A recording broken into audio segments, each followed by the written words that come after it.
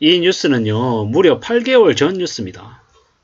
1%, 2%대의 금리는 당분간 안 온다라고 생각하라는 이야기죠. 지금 현재 시중의 대출 금리는 한 4%에서 한 5% 정도 사이입니다. 4에서 한 5% 정도 사이인데 주택담보대출 기준금리로 주택담보대출 기준으로 저점이 한 4% 초반, 고점이 한 6% 정도쯤 되죠.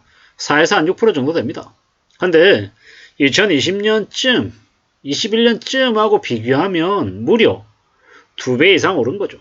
저도 과거의 기억을 되돌아보면 그 마이너 대출 받을 때 대출 금리가 한 1.8, 1.9 정도였던 것 같습니다. 여러 가지 혜택 다 포함하니까 그 정도 됐던 거죠.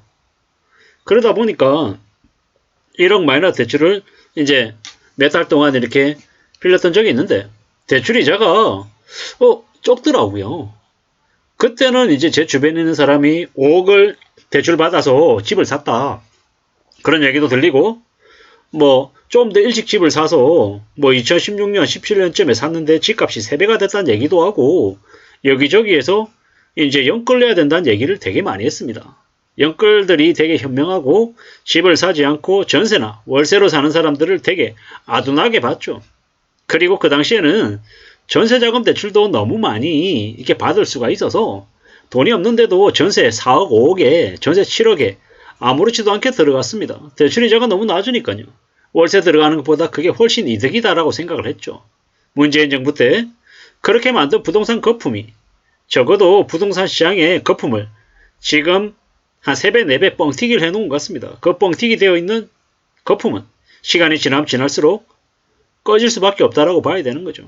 2024년 5월인데 지금이 이제 금세 한 달, 2달 지나면 시중금리가 더 올라가는 걸 이제 피부로 느끼는 이들이 많아질 것 같아요. 근데 이런 거죠. 지난 몇 년 동안 계속 이제 금리 올라간다, 상황이 안 좋아진다, 한국 경제가 되게 어려워진다, 이런 얘기들이 언론에 너무 많이 나오고 뉴스에도 너무 많이 보이니까 별거 아닌 것처럼, 괜찮은 것처럼, 뭐 다들 그렇게 사는 것처럼, 다들 빚지고 살아도 뭐 투잡스리잡 하면서 그냥 견딜만 한다, 뭐 이런 느낌들을 많이 받나 봅니다. 저는 참 감사하게도 지난 5년 동안 많이 힘들었지만 뭐 최근에 와서는 그래도 좀 그 어둠의 터널을 이제 빠져나오는 쯤이 되어서 나름 그래도 조용히 무난하게 지내고 있습니다. 빚 없이 살고 있어서 참 감사하다라고 생각하죠. 참 이제 이런저런 많은 생각들이 들죠. 최근에 와서 보면 뭐 주변에서 많이 힘들어하고 많이 몰라가는 것들을 직접적으로 간접적으로 얘기 듣는데 좀 많이 우려해야 될 것 같은데 여전히 2030들은 그다지 그렇게 심각하다라고 안 여기는 것 같습니다. 그러다가 좀 지나면 안 되면 파산해버리지 뭐. 개인회생 신청하지 뭐. 이렇게 쉽게 생각하고 지내는 것 같습니다. 근데 살아보십시오.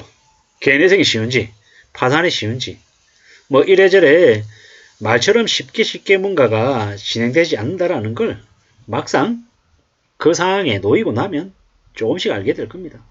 살아가는 삶이 참 막막하고 어렵고 빡빡하다라는 걸 시간이 지나면 알게 될 거다라는 겁니다. 한국은 이웃나라 중국이 지금 경제가 심상치 않기 때문에 꽤 많이 어려운 처지입니다. 지금 영끌한 2030들이 뭐 이러다가 뭐 안되면 놔버리지 이런 생각을 하니까 이제 금융권들이 대출을 해준 채권자들이 되려 지금의 저 2030들 영끌족들을 두려워한다고 하죠. 놔버릴까봐. 2천만원 3천만원 빚지고도 빚 못 갚겠다고 놔버릴까봐 되려 걱정한답니다. 이게 뭔가 싶은 거죠. 2030들이 빚 2천만원 3천만원에 인생을 놔버리려고 하는 그네들의 모습을 참 보면 참 황당하다 싶은 거죠. 어떻게 하려고 저러나 라는 생각이 드는 거죠. 우리는 더욱더 두려워하고 더욱더 염려하며 지내야 될 것 같습니다. 이게 너무 심각하다라는 겁니다. 어쩌려고 저러는 걸까? 참 막막하죠. 이런저런 생각들도 많이 드는데 뭐 어떤 식으로든 좀 마음을 굳게 먹어야 되는데 참 잘 생각해 볼 필요가 있는 것 같습니다. 이게 뭔가 싶은 거죠. 누가 뭐라고 해도 좀 정신을 바짝 차리고 지내야 될 것 같습니다. 남 탓하고 원망하고 뭐 시계 돈 빌려서 살려는 놈들. 그놈들이 대한민국 경제를 망치는 이제 공범들이다라고 생각합니다. 성실하게 열심히 살아가려고 하는 청춘들이 얼마나 많은데 그들을 욕보이는 영끌족 2030들은 저는 감히 말씀드리건대 절대로 파산이나 개내생 못하게 만들고 죽을 때까지 그 빚을 다 갚게 책임지게끔 만들어야 된다라고 생각합니다. 지금은 잘 분별해야 되는 시기입니다. 함부로 결정하면 안 된다라는 거죠. 상업용 부동산 위기가 세계 금융 위기 수준이라고 합니다. 미국도 상업용 부동산의 그 리스크가 적지 않습니다. 한국으로 충분히 전이가 되죠. 그러면요. 시간이 지나면 다 터지는 겁니다. 참 무서운 얘기입니다. 투기에 미친 나라가 언제든 놀러갈 수 있다는 건 별로 놀라운 얘기가 못 되죠. 앞으로 우리는 더욱더 조심하며 살아가야 됩니다. 삶을, 마음을 단단히 먹어야 된다는 겁니다. 이게 뭔가 싶은 거죠. 앞으로 어떻게 살아가려나 참 고민이 많이 들죠. 좀 정신 차리고 살아야 됩니다.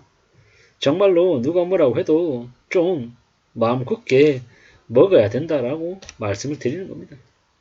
어떻게 살아야 되나? 뭐가 맞나? 뭐 이런 생각들도 들죠. 참 잘 따져봐야 됩니다. 언제 어떻게든 상황이 변할 수 있습니다. 시중금리가요. 4%, 5%, 6%가 아니라 8%, 10%가 언제든 닥칠 수 있다고 봐야 됩니다. 여차하면요. 마이너스 대출 받았는데 이제 금리의 최고 금리인 20%까지 순식간에 폭등할 수도 있다는 겁니다. 그런 두려움과 공포가 그냥 겁주는 게 아닌 현실이 될 수 있다는 겁니다. 우리는요. 더욱 절약하고 아끼고 성실하게 살 공리를 해야 됩니다. 그러지 않으면 자신의 인생이 가족의 삶이 대비되지 않는다라는 겁니다. 정말로 무서운 일들이 벌어집니다. 글로벌 경제 위기가 이미 벌어지고 있습니다. 여기저기에서 전쟁 터지고 계속 물가가 폭등하는 게 보통 일이 아니다라는 겁니다. 이게 현실입니다. 참 많은 생각들을 해야 됩니다. 물가가 50%, 70%, 100% 오르고 소득은 10%, 15%, 20% 줄어들면 어떻게 됩니까? 미치는 거죠.